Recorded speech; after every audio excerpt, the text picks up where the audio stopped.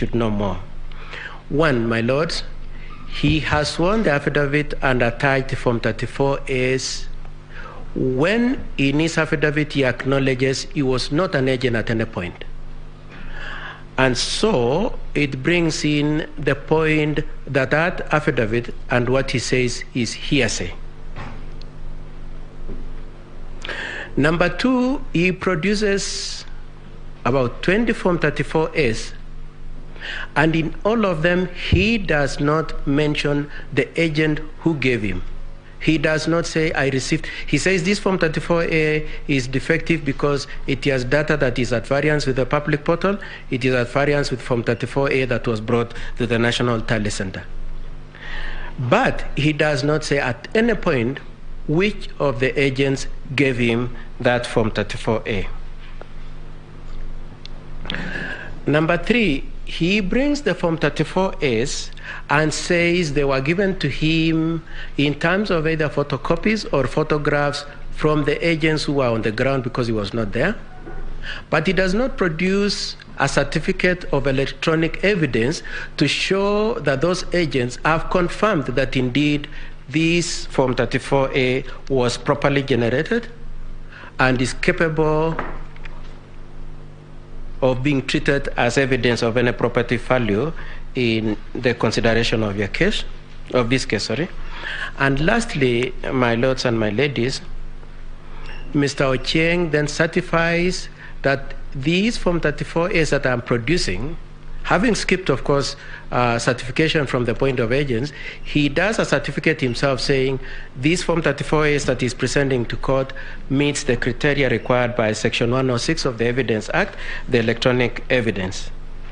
That certificate, my lords and my ladies, says it is a certification of a production of a video, when in fact the attachment he produces are Form 34A.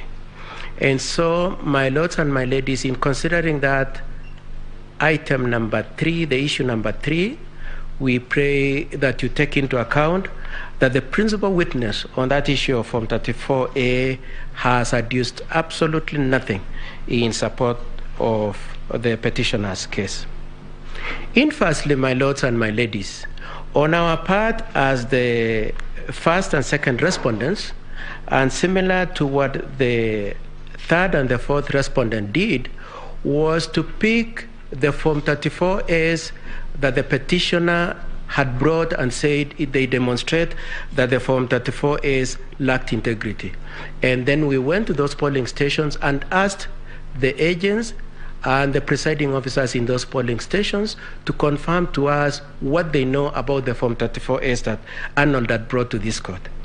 And my lords and my ladies will see that we have attached over 6 affidavits from the agents, and each of them say each of those forms were falsified.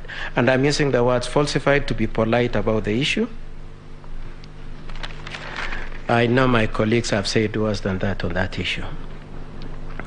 The third issue I wish to take up on the issue of Form 34A, the first one was the process. The second one is the evidence against the first and second respondent on that. The third issue I wish to take up about that Form 34A relates to the issue of how they were housed in the public portal and the transmission. And the first point I wish to observe and submit, my lords and my ladies, is that we pray that the court keeps the conscious awareness that the elections were not electronic elections. They were manual. The only issue that was electronic was voter registration, voter verification, voter identification, and the results transmission. And in these proceedings, our focus and attention relates to transmission.